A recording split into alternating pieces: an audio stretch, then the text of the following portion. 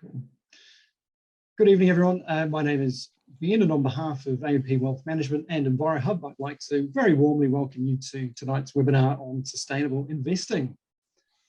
In just a moment, I'll introduce our speaker and we'll get underway as we talk about the rationale for sustainable investing, how we approach it at AMP, and consider the outcomes that we aim to achieve. We hope that you'll have lots of questions which we'll answer at the end of the presentation, which will run for about 25 minutes. You can ask a question at any time. Please just click on the chat button in the toolbar at the bottom of your screen, and then type your question into the chat window that appears on the right side. And we ask that you please keep your microphone muted at all times. Please also note that this session is being recorded, so that means it will be available for you to share via the Sustainable Backyards app at any time during the month of March. It's now my pleasure to introduce Aaron Klee, AMP's Head of Investment Management.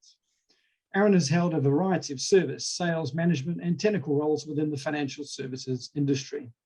He leads AMP's investment management team, which oversees the investment of approximately $13.5 billion of funds under management. Aaron is passionate about sustainable investing. I'm sure you will find what he has to share incredibly informative and interesting. Aaron. Thanks, Ben, and good evening, everybody, and welcome along. Thank you for coming along to talk about sustainable investing, a topic that is very much dear to our hearts and minds, and hopefully yours too. So tonight I'm going to talk about three key things. So we'll talk about three key things over the next 20 minutes or so. Firstly, the case for sustainable investing, including why it makes sense from an investment perspective, over and above the sustainability aspects. Secondly, how we think about sustainable investing and how we go about it. And thirdly, some of the outcomes that we're looking to achieve for clients. But firstly, everyone has a view on what sustainability means, and there is a wide spectrum of views and personal choices, which is great. Some think about it for ethical reasons, some are passionate about the climate and the environment, and some are more concerned about social issues. But what is consistent now is that Kiwis are taking a strong interest in how their KiwiSaver and other investments are being managed, which is also great. Investors and savers should take this interest and seek to make sure that there is a reasonable alignment with their own beliefs. It's sometimes hard to align to all beliefs, but as I'll summarize later, this is an area that's evolving very fast. What you need to look for is whether your KiwiSaver provider is embedding sustainability into their business, their decision-making, their governance, and importantly, their purpose and values as an organization. There'll be a material difference between those that do that versus those who are after a bit of marketing spin. So let's start with looking at the investment case for sustainable investing. We talk about three big themes with sustainable investing: better returns, lower risk, and the flow of money. We invest just under $10 billion for approximately about 250,000 New Zealanders, and a large portion of that is within KiwiSaver and retirement savings products. So essentially our business is centered around helping Kiwis aspire to a retirement that they want. And doing that, we currently invest our portfolios in about 6,500 securities, being shares and debt issued by companies and governments all around the world. So the first two themes here are reasonably intuitive. Companies that demonstrate higher sustainability will deliver better profits, which makes sense. Be smart with your shareholders' money, put capital to use wisely, make sure you have strong governance and values, and avoid controversy, and you'll have a greater chance of improving profits in the market and industry that you're in. Companies that also reduce their exposure to negative sustainability shocks are lowering the risk to their shareholders and investors. So that makes sense too. The third one's a bit more opaque, but it's an important one. And that comes down to the most basic economic principle being supply and demand. A lot of money chasing companies that exhibit good sustainability outcomes. So I'm going to go into a little more depth on each of these themes for a few minutes.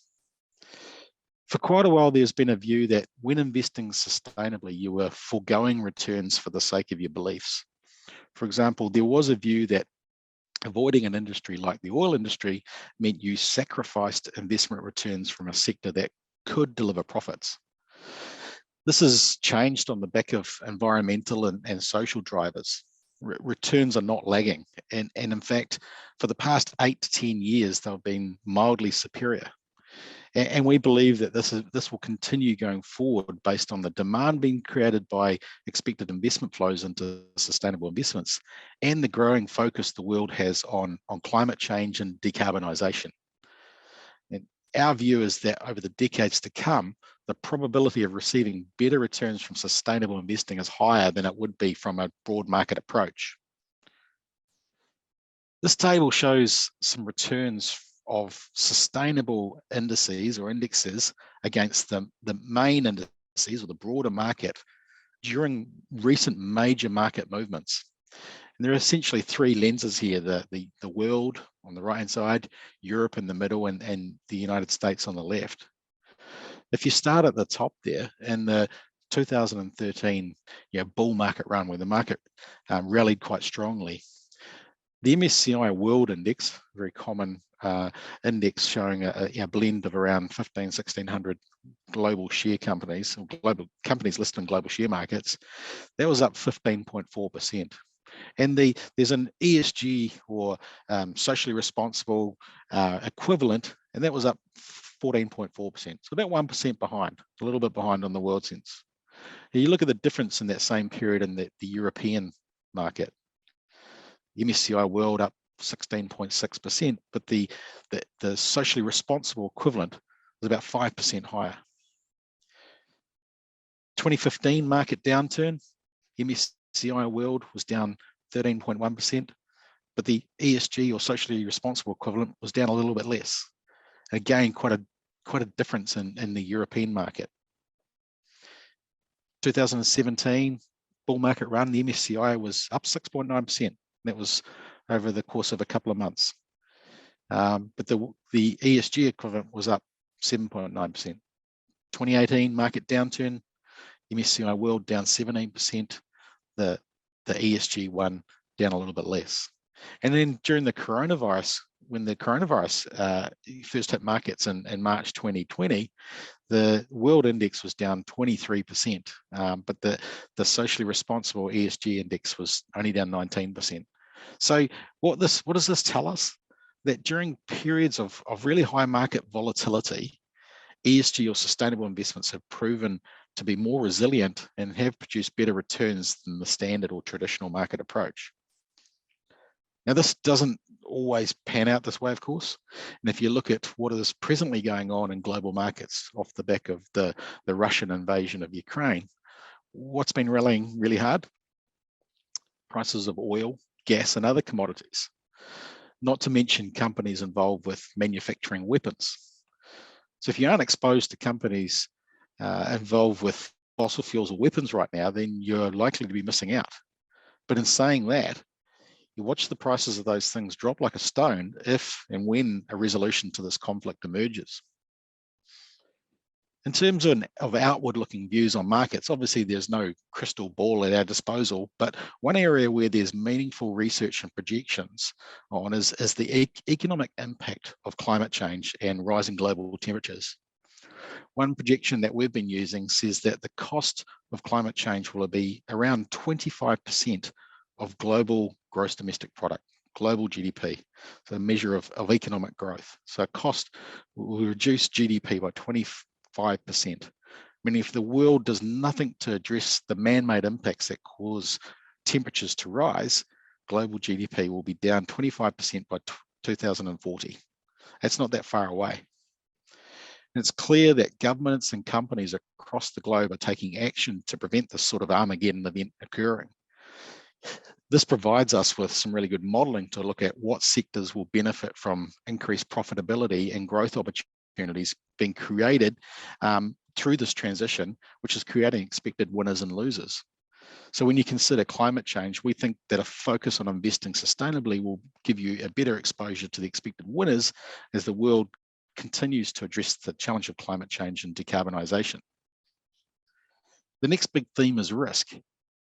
Markets are less tolerant of corporate ESG, environmental, social, and governance issues or incidents.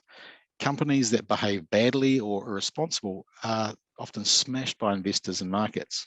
I'm sure you all remember BP in April 2010, the Deepwater Horizon oil spill in the Gulf of Mexico off the south of Louisiana. 5 million barrels of oil spilled into the ocean, and BP's share price went down 30%. TEPCO, which is the Tokyo Electric Power Company, the earthquake and tsunami that hit the Fukushima nuclear power plant. Yes, it was a natural disaster, but the radiation leak and the water contamination that flowed into the sea was what hit TEPCO as a company. Then there are obviously lawsuits and compensation payments. Interestingly, on this chart, the earthquake hit here. It was a year earlier, and it was only a year later when the share price, you can see, gets smashed 87%, because that was when they realized that the leaking of radioactive fluids into the waterways was a problem. Volkswagen, the 2015 emissions scandal, deceit, cover-up, and fraud, which was a massive governance failure. Valiant Pharmaceuticals was once one of Canada's most valuable companies. They were smashed through improper accounting and criticism of price hiking and price fixing. Equifax, a multinational consumer credit reporting agency, they suffered a massive data breach, and where the private records of 150 million Americans and 15 million Brits were compromised, making it one of the world's largest cybercrimes related to identity theft. So the outcomes are clear for companies that don't demonstrate good accounting, security, health and safety, governance, and environmental controls. And that's obviously what we want to avoid with sustainable investing. And the third theme is the flow of money. In 2020, our investment partner, BlackRock, completed a survey of global investment businesses around the topic of environmental, social, and governance, as I said, ESG, for investment management. The survey was across around 425 of the world's largest investors, which spoke for about 25 trillion US dollars worth of investments in markets. So it's a considerable amount of the global investment market. And one of the questions was, how much of your current funds under management are in distinct ESG investments, and where do you think it will be in 5 years' time? Across the world, it was 18% in 2020 and expected to be 37% by 2025, so double. 88% of the surveyed investors placed the environment as their top-ranked focus, with climate action and clean energy being key focus areas. So this tells us that there's a wave of investor money looking for sustainable investment opportunities. And we're already seeing this in markets as client expectations and social attitudes change and evolve. This will continue to drive demand for shares, bonds, and other securities issued by ESG-minded companies. The more demand that exists, the higher prices generally go. So we talk about this as being a new premium in market pricing, a new return expected over the market return. So to summarize the three key themes, sustainable investing gives you more exposure to companies that are managing their businesses well and thinking about the future. Sustainable investing will reduce the risk of being exposed to poor environmental, social, or governance issues. And there's a pricing premium that will evolve as the wave of money looks for exposure to the best companies, which will mean less demand for the worst companies. So how do we think about sustainable investing? In 2021, we completely transformed how we manage client money. We wanted greater simplicity, transparency, and lower costs for clients. Above all, we wanted to invest sustainably. We wanted to do something different, but remain true to our values and purpose. But before we started considering solutions, we undertook a deep client review and engaged market researchers to talk to consumers about their views on the future of KiwiSaver and retirement savings products. We are entirely a retail business serving the needs of around 250,000 New Zealanders. We don't manage institutional, wholesale or government money. Our goal is to help everyday Kiwis enjoy the retirement they want. The consumer research that we conducted delivered some really interesting data points about sustainable investing. The majority, 78% in fact, of respondents want their savings to be invested responsibly and ethically. Around half of the respondents expect their provider to consider ESG factors alongside potential risk and return, normal metrics that you would use for managing money.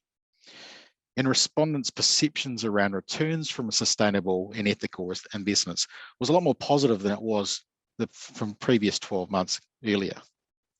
And in terms of what they don't want to be invested in, that included environmental pollution, controversial nuclear weapons, human rights abuses, and animal testing. And as an organisation, we aren't here for a moment in time. We've been in New Zealand for over 170 years. We have long-term clients with longer horizons. Some of our clients who are in retirement today have been with us since the 1970s. So if you step back and think about how different the world was when they joined AMP, it's an interesting thought. And then we think about our new clients. A young person joining KiwiSaver today as they start their career might be with us for another 50 years just to reach the retirement age. So you have to think about what the planet might look like for them when they think about retirement in 2072. So our time span and horizon is massive, from when some of our oldest clients joined us to when some of our youngest will retire. And that needs intergenerational thinking, which is why sustainable investing is core to our business.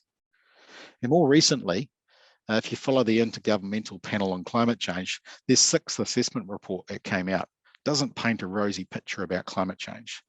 And so I think we all understand, and I'm sure those on the call today will really understand that we need to take action. We want to help our clients in their journey through life, and that includes how we help the planet that they live on. So that's what shaped our revised investment philosophy, which incorporates sustainable investing. And our sustainable investment philosophy has 3 parts: avoiding the bad, tilting to the good, and being an advocate for change. Avoiding the bad has been the most impactful change to date. We have a number of exclusion areas where we don't invest or really limit the level of involvement in companies, really limit the level of involvement companies can have to some of these areas if we're to invest in them. There are some absolute zero tolerance areas for us. And right now they are controversial weapons, which will cover nuclear, biological, chemical weapons, basically weapons of mass destruction. Fossil fuels, any companies that explore, extract, refine, transport or store fossil fuels, being coal, oil and gas.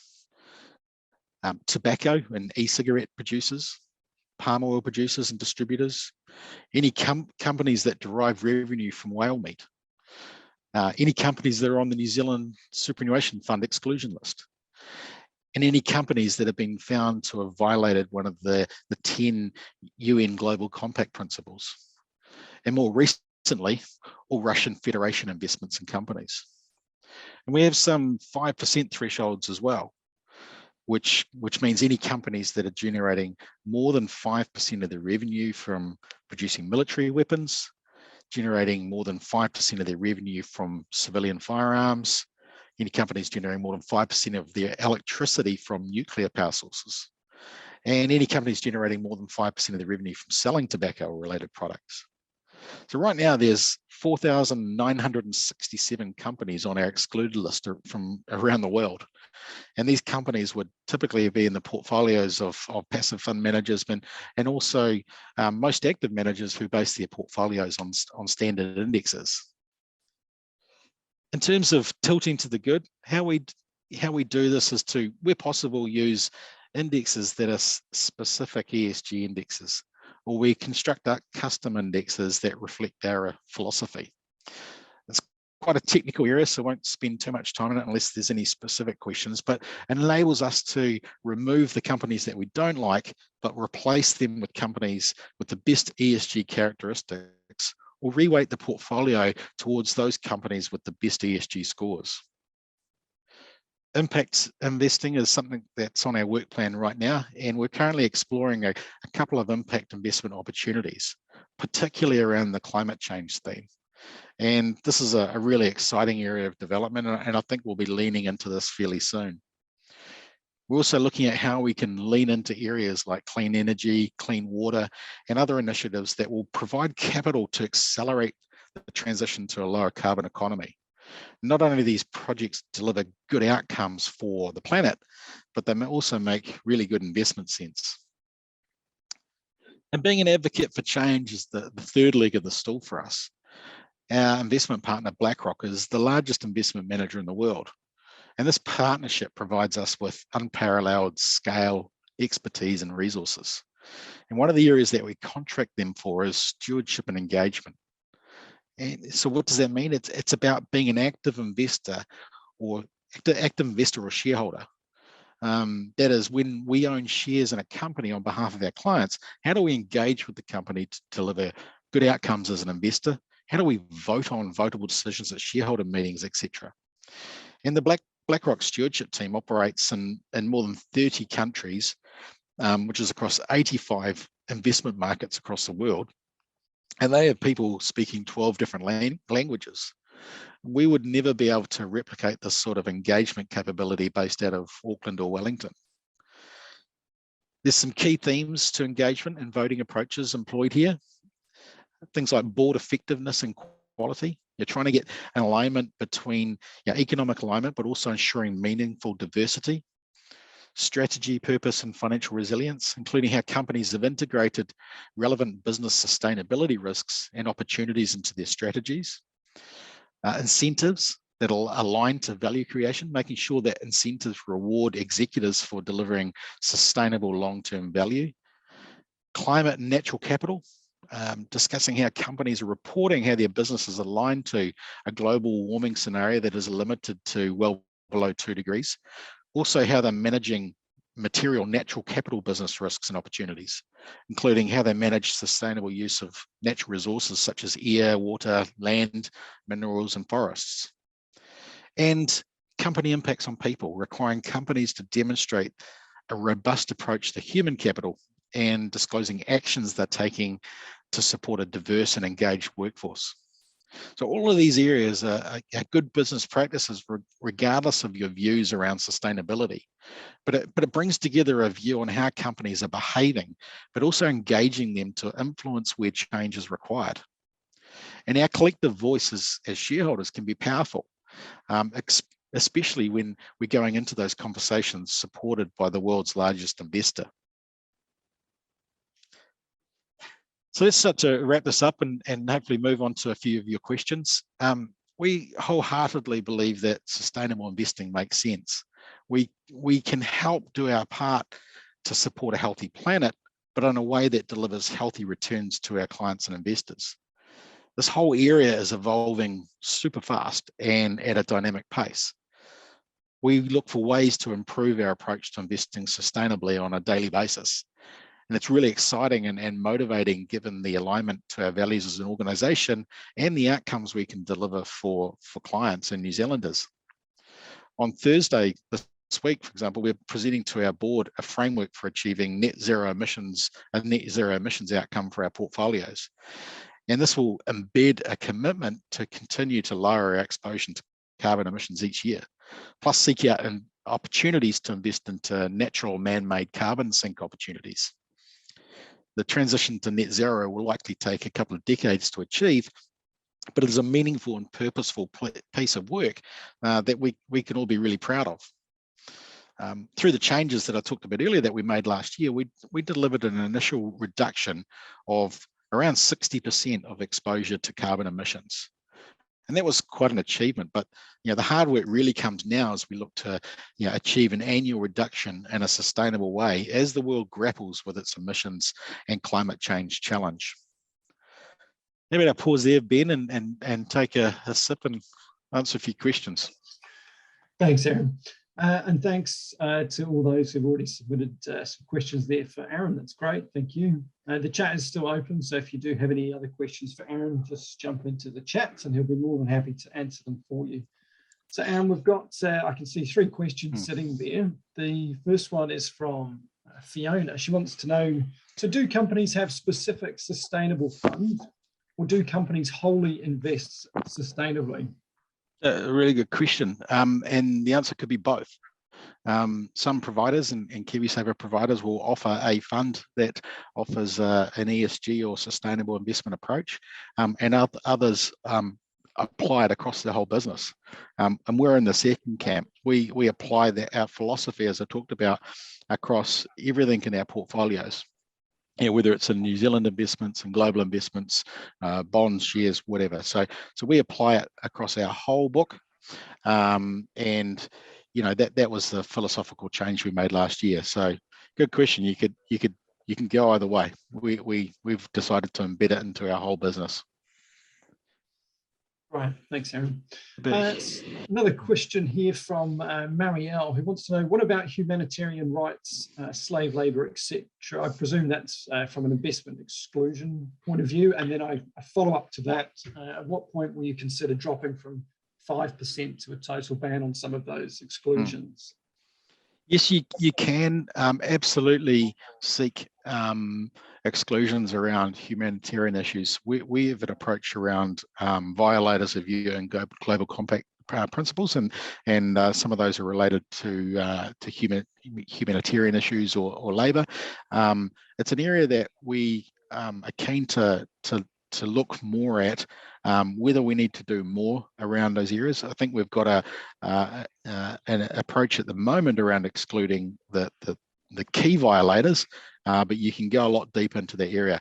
Our bias, to be honest, is more on the environmental side and the climate change side. That's where we've really tried to focus our approach, without being a laggard in any of the other areas like social governance issues. But I think, again, listening to your clients, which is something we did at the start of this, and we'll continue to talk to our clients about what issues they're most passionate about. And yes, you can exclude any of those things from your portfolios. And like I outlined, some of those exclusions.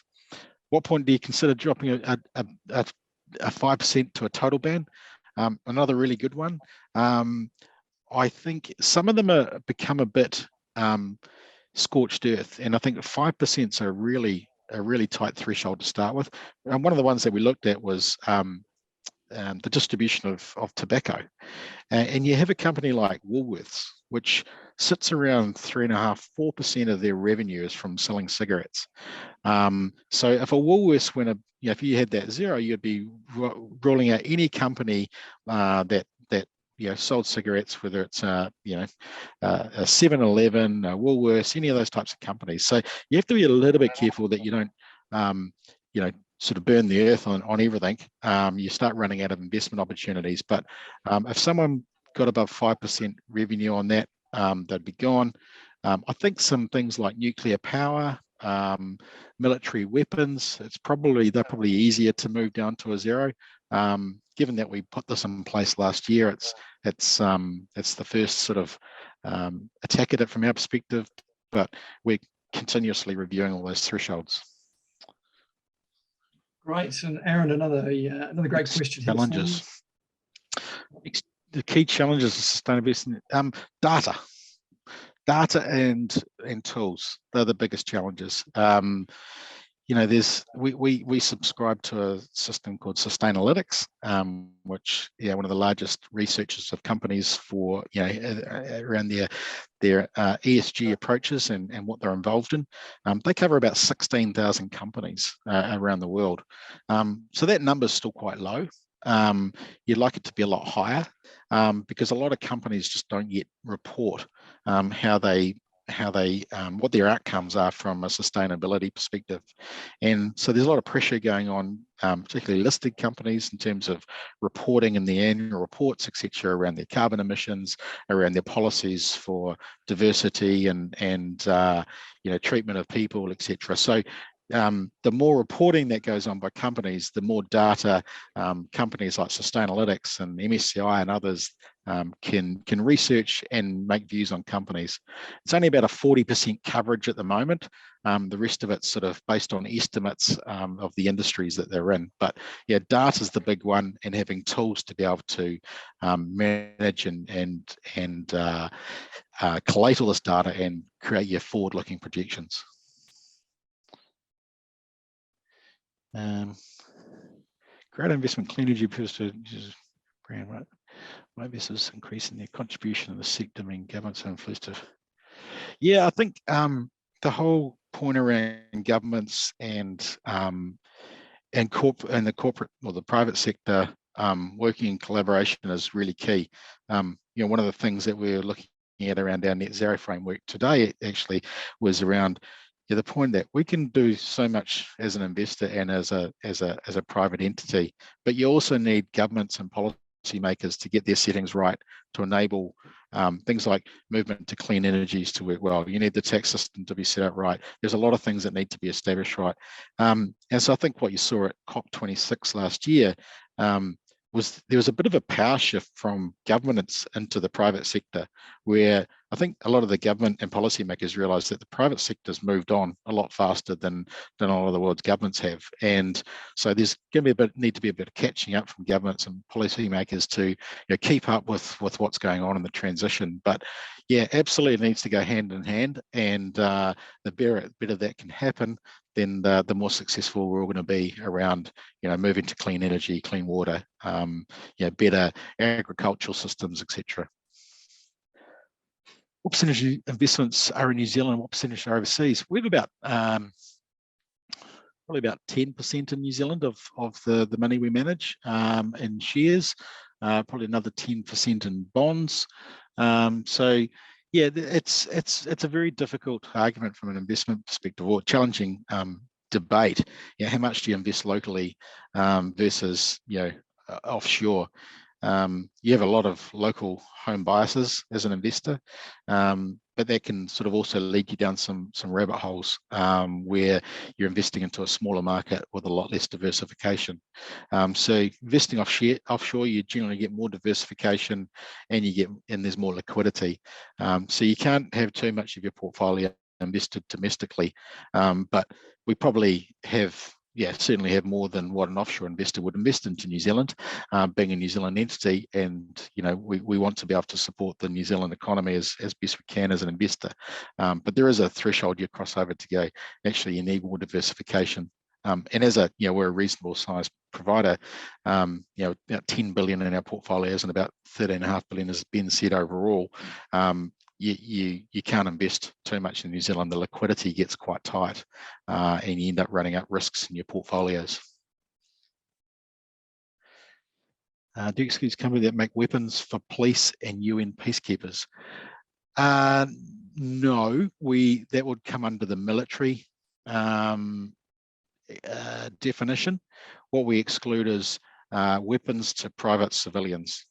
So we exclude any sale of weapons to and manufacturing of personal handguns, etc. If they are for military purposes, we have a threshold at 5%,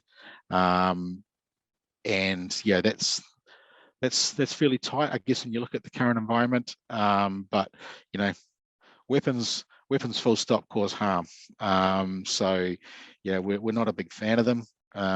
For obvious reasons, but there's no specific exclusion around not allowing them to be manufactured for the likes of police and UN peacekeepers and military. We have a threshold in there, not a flat exclusion.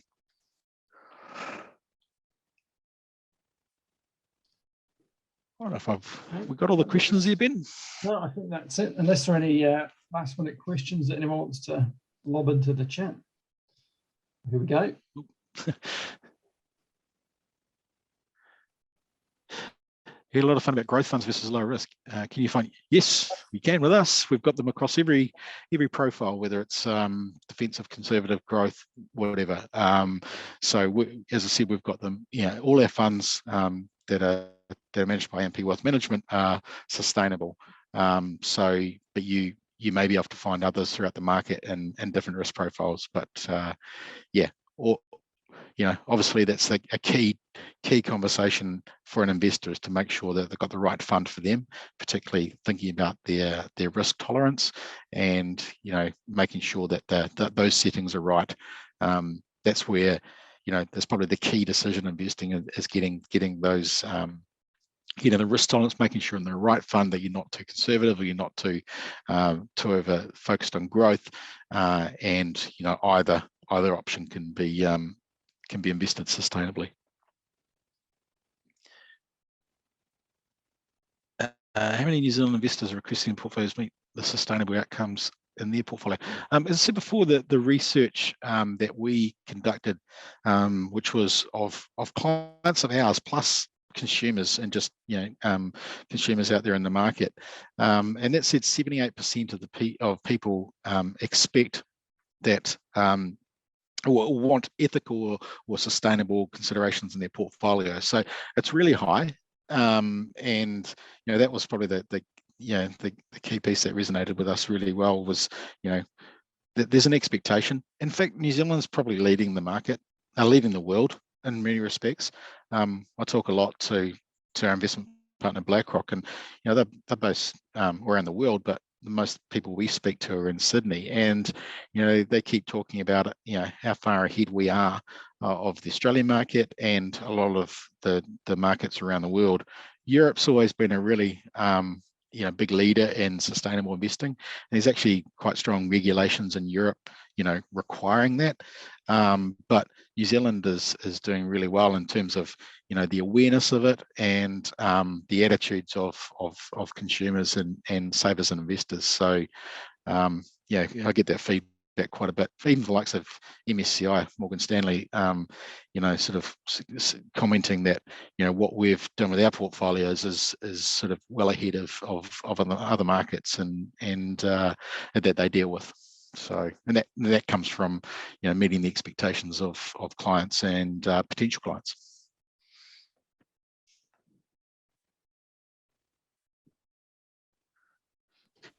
Okay, I think that's it for the questions, Aaron. Thanks for questions. They're great questions, and Indeed. thank you for sending them through. Thank you, everyone. We hope you found this session informative. Hannah, thank you to you as well, along with the team at EnviroHub. I know a lot of hard work goes on behind the scenes to deliver the Sustainable Backyards program, so thank you. And for those on the call, if you do want to find out any more about sustainable investing, you can just head along to our website. It's amp.co.nz. There's also contact details on the site if you do want to have a chat to one of the team and find out even more. But on behalf of Aaron and myself, thank you, and we hope you enjoy the rest of your evening.